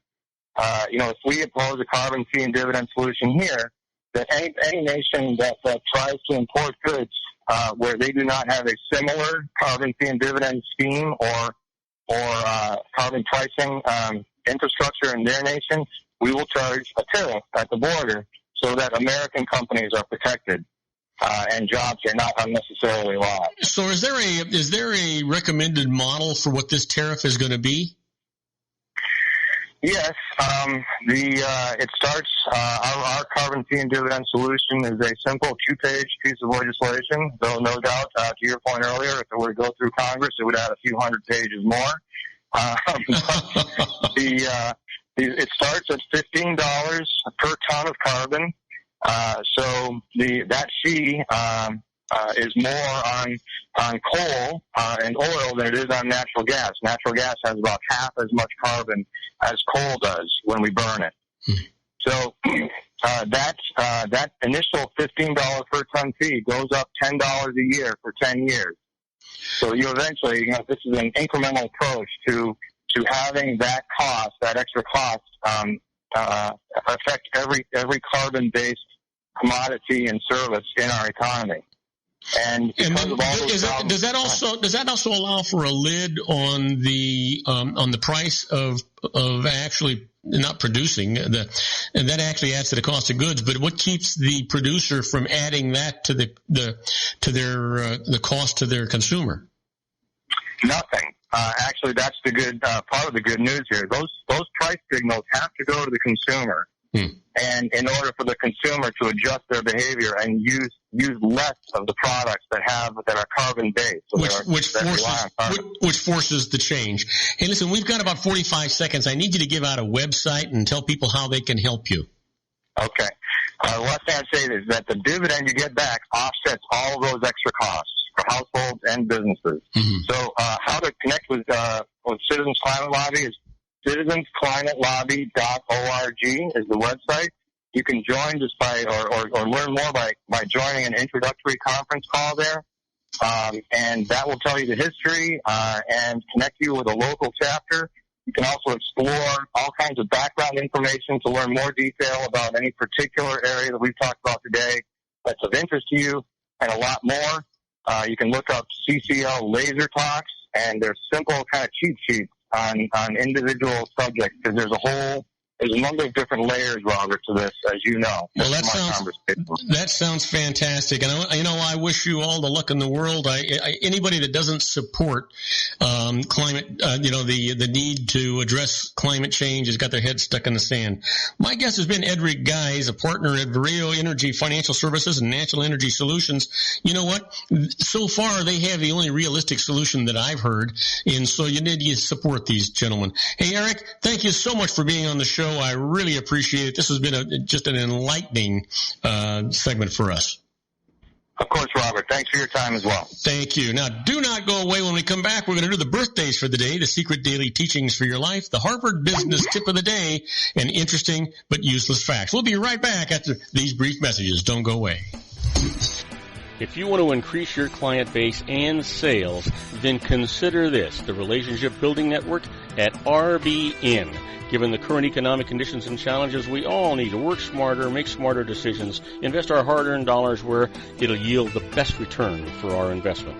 Many business professionals claim that the most effective networking group in Orange County is RBN. No other networking group or organization can offer what RBN offers. Make every year your best year. Join RBN and start reaping the benefits today. You know, nearly 3,000 businesses have joined RBN and experienced those benefits. Why join RBN? It's one group. It's one membership. It's no renewals. It's all through Orange County. RBN is a freestyle networking group. No mandatory attendance, no restrictions, no rules, and no penalties. Call them at 949-830-5776 or go to their website at rbninfo.com. That's 949-830-5776.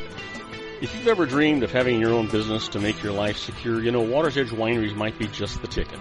In 2004, their founder, Ken Lineberger, created the first winery franchise in California. It was a new concept with all of the functionality of a traditional winery, but without the vineyards. They purchased high-quality grape must from one of the largest winemaking companies in the world. Then they craft each wine carefully and bottle it right at their location. The winery was built to satisfy consumer demand for wine by the bottle and by the glass, but still kept the element of allowing customers to bottle their own custom vintage. Now, they're opening urban wineries across the United States under the brand Water's Edge Wineries. If you've ever dreamed of owning your own winery, it may be in reach right now through Water's Edge Wineries. Just give them a call at 909-468-9463, extension 700. That's Water's Edge Wineries, 909-468-9463. Have you ever found yourself caught between a rock and a hard place? The law offices of Blomberg, Benson, and Garrett might be just the answer for you. The attorneys of Blomberg, Benson, and Garrett have been serving the Inland Empire since 1989. They're dedicated to the aggressive litigation of civil, criminal, and real estate matters. Over the years, they have recovered tens of millions of dollars for their clients. The firm's practice specializes in litigation of personal injury, accident, slip and fall, real estate, and criminal law cases. The firm provides clients with the care, accuracy, and dedication of experienced attorneys. Blomberg, Benson, and Garrett is located at 10300 4th Street, Suite 150 in Rancho Cucamonga, California. They've been providing the Inland Empire residents with outstanding legal services for over 25 years. They look forward to providing you with aggressive legal representation. Call them at 909-945-5000, where you can talk to a person, not a machine. That's 909-945-5000, the law offices of Blomberg, Benson, and Garrett. And now let's get back to our show where we talk about politics, money, and you. And I am Robert Cardoza. You're listening to Robert Cardoza live on the street at the intersection of business and politics. We're at 4:41 p.m. Pacific time. Currently 78 degrees here from the heart of the Inland Empire in sunny Southern California. Well, today is Tuesday, October the 6th. You know what day it is? Sure, it's somebody's birthday.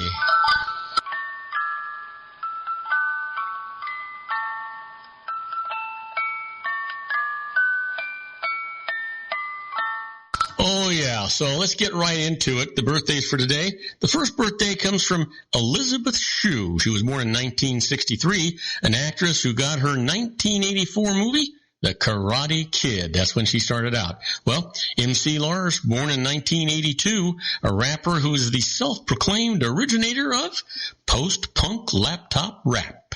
And finally, William Butler, born in 1982, band member of the band Arcade Fire and the brother of the band's frontman. Well, let's talk about what happened today in history. October the 6th, 1945, in baseball, Billy Cianis and his pet billy goat are ejected from Wrigley Field during Game 4 of the 1945 World Series.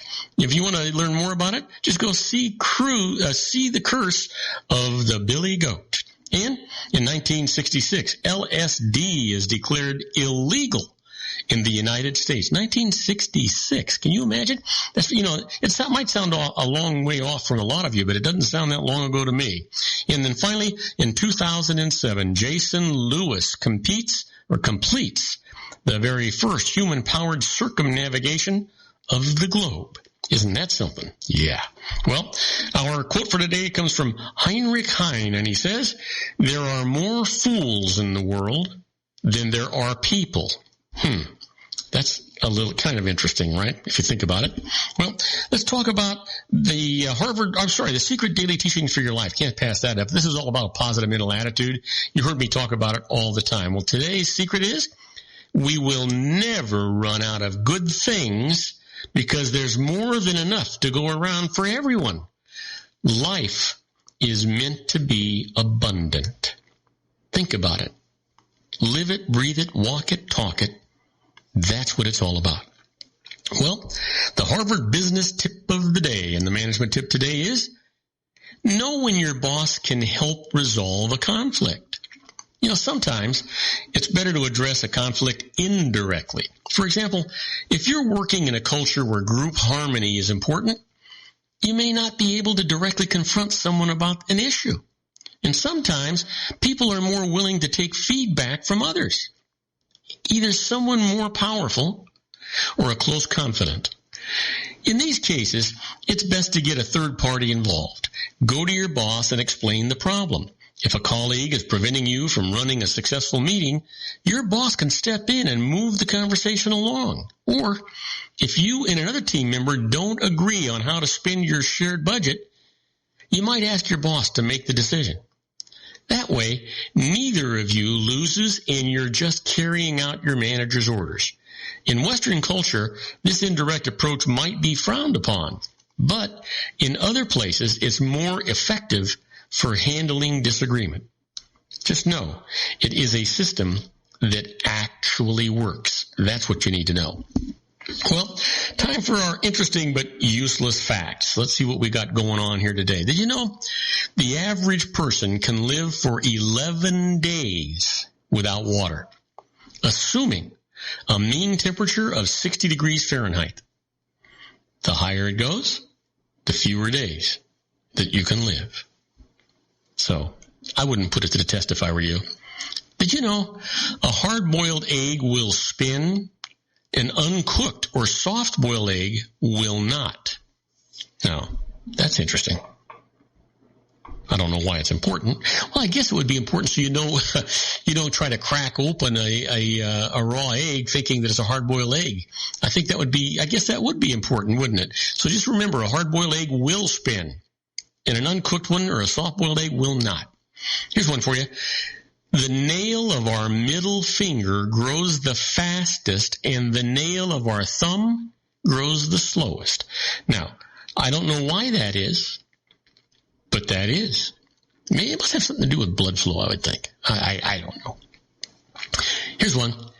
Quito in Ecuador, South America, is said to have the most pleasant climate in the world. It is called the land of eternal spring.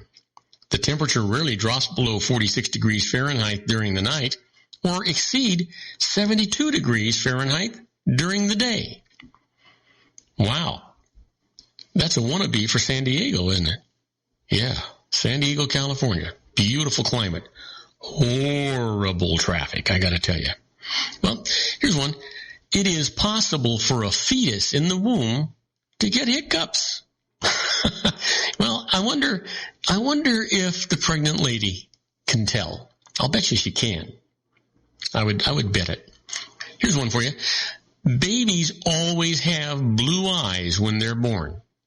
Melanin and exposure to ultraviolet light are needed to bring out the true color of the baby's eyes.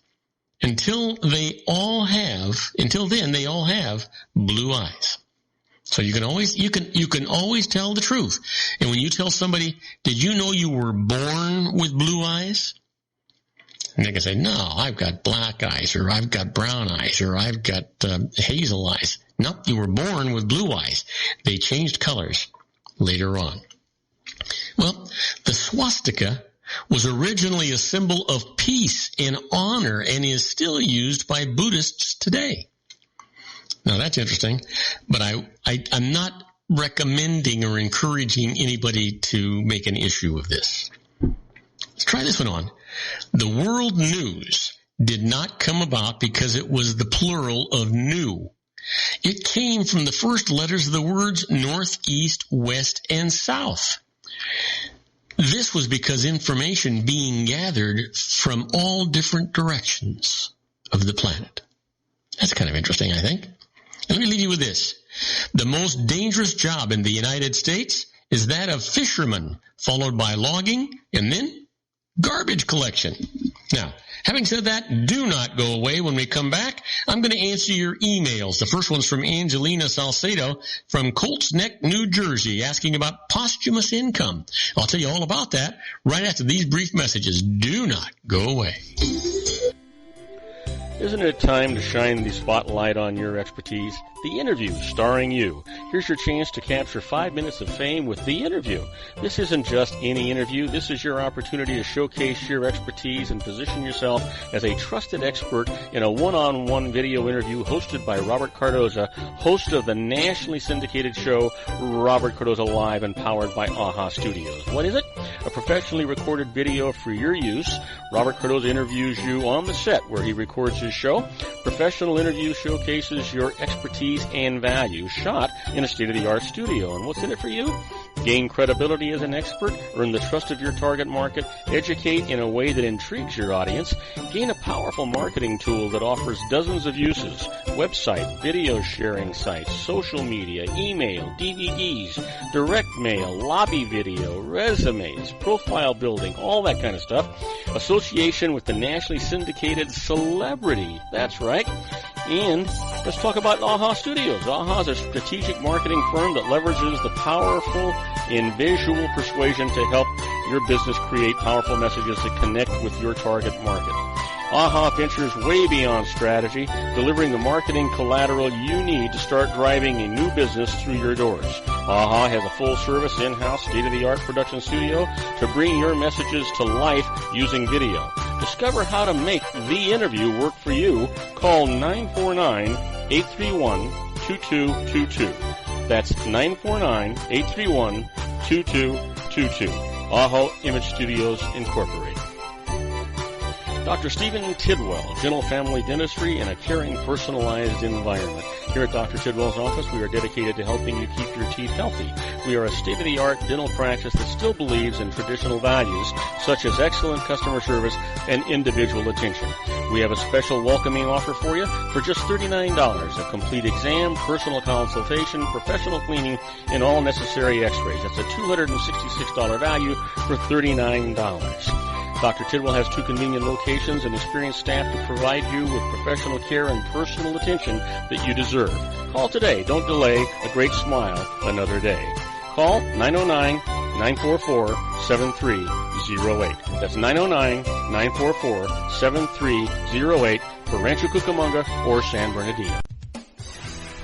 Joel Saltzman is Dr. Wireless. He has turned his considerable expertise into consumer credit risk and wireless security into a highly specialized independent web-based consulting enterprise targeting consumer credit risk analysis and wireless transactional security and monitoring. He works as a wireless analyst, veteran independent agent, and consumer liaison for most wireless telecom carriers and equipment manufacturers. For more than 20 years, corporate and private clients and media audiences have counted on his unvarnished advice while weighing the technology, performance, and cost differences between Sprint, Nextel, AT&T, Verizon, and T-Mobile. Joel specializes in setting up mobile wireless hotspots to be used for disaster preparedness, business continuity, and mobile wireless merchant processing solutions. Call Dr. Wireless at 310-400-4900 or go to his webpage at drwireless.com. Again, call 310-400-4900 or his webpage at drwireless.com. You'll be glad you did. And now, back to our show. And I am Robert Cardoza. You're listening to Robert Cardoza Live on the street at the intersection of business and politics. We're at 4:52 p.m. Pacific time, currently 78 degrees here in the heart of the Inland Empire in sunny Southern California. Well, he's waiting in the wings, my good buddy John Matthews, whose show is going to start in about 7.5 minutes. It's the Conservative Syndicate. You want to listen to John every Monday through Wednesday from 5 p.m. to 7 p.m. Pacific time. You don't want to miss it. Just go to his website, theconservativesyndicate.net. KardozaRadio.net and just click on Listen Live. You can hear his archive shows and listen to the live show. Don't forget, I'll be on his show tomorrow about 6 o'clock, but you don't want to miss John. He is going to give you food for thought. Hey, John, what's going on tonight? Oh, well, we have kind of a special show tonight. We don't take too many guests on our show because we use the spots most of the time for contributors. But tonight we have a special guest, Evan Sayet, who's a conservative author and stand-up comedian. He's going to be online with us tonight. Evan wrote a book, The Kindergarten of Evil.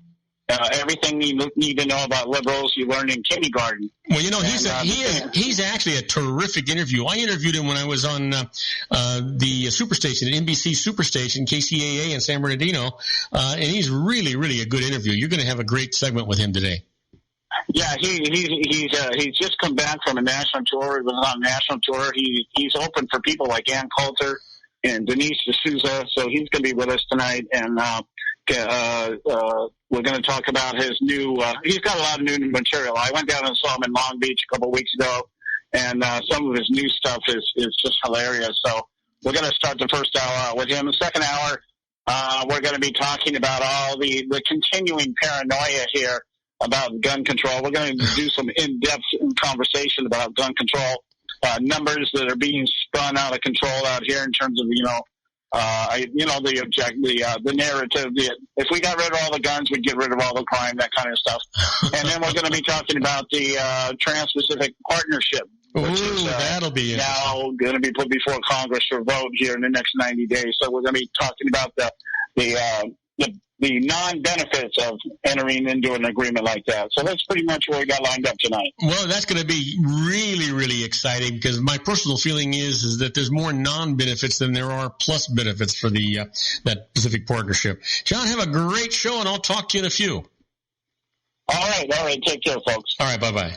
Now, let's get into our emails for today. The first email that I've got is from Angelina Salcedo from Colts Neck, New Jersey, asking about posthumous income. Now, keep in mind that this is an entertainment section of the show, and basically, I'm trying to do the best I can with what I consider to be sketchy information.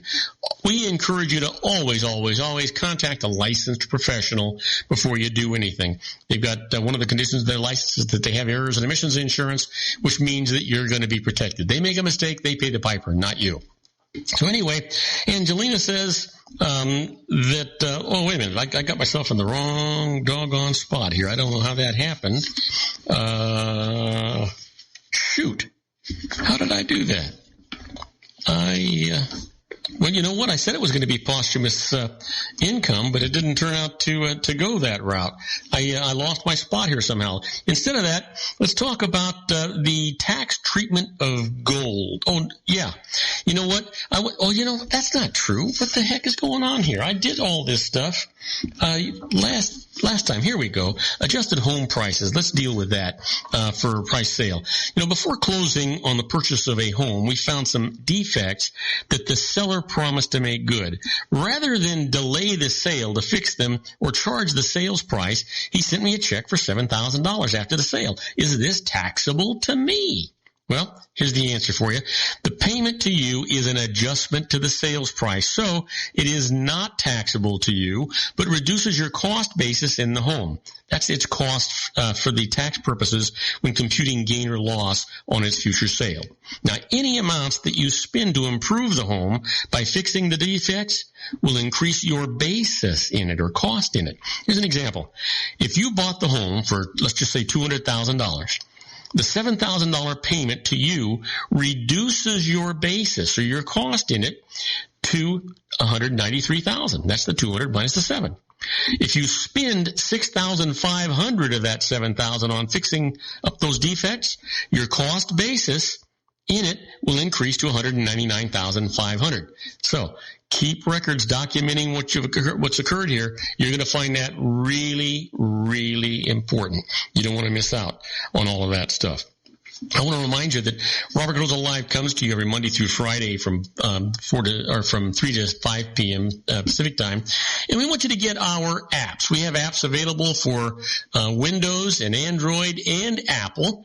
Just go to your Apple Store or go to the Google Play.com, and either one of those, and search Robert Cardoza Live. The app is right there, and it's free. It's for you. You'll be able to listen to our show live. You'll be able to chat with us live during the show, and you'll be able to listen to all of our archives. We really, really, really encourage you to do that.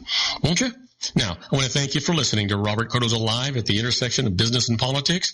Robert Cardoza Live broadcasts on Spreaker Radio, Roar, 1776 Radio, MyCast Live Radio, and countless terrestrial stations worldwide every Monday through Friday from 3 p.m. to 5 p.m. Pacific Time, and on 405 Media Radio, Monday through Friday from 6 a.m. to 7 a.m. Pacific Time. Please follow me on Facebook, Twitter, LinkedIn, Google+, and YouTube, where you can listen to my shows 24/7. Go to my website at www.robertcardozalive.com and email me at robertcardozalive@gmail.com, where I get all the emails I deal with here on the show. On my next show, my first expert contributor is going to be Joel Saltzman, Dr. Wireless, talking wireless news. And my second contributor, Ray Mailer, with his series, The American Grid. I encourage you to tell all of your friends about my show here on the RLC Broadcasting Network. That's our show for today. Beginning today, treat everyone you meet as if they were going to be dead by midnight. Extend them all the care, kindness, and understanding that you can muster. Your life will never be the same again. So many of our dreams at first seem impossible, then they seem improbable, and then when we summon the will, they soon become inevitable. You know, the real secret of happiness is to make others believe that they're the cause of it. Robert Cardoza Live is brought to you by blogtalkradio.com every Monday through Friday from 4 p.m. to 6 p.m. Pacific Time. Now, go out and make it a great day. Your host has been Robert Cardoza, the technical advisor, Matchstick Digital, and your executive producer, also Robert Cardoza. Okay, everybody, that's a wrap. I hope you enjoyed today's show as much as I enjoyed producing it for you. Don't forget to join me again tomorrow for another installment of Robert Cardoza Live on the street at the intersection of business and politics. Now, don't forget, I want you to be happy. I want you to be safe. I want you to make everybody's life better because you touched it. In the meantime, till tomorrow, good night, everybody.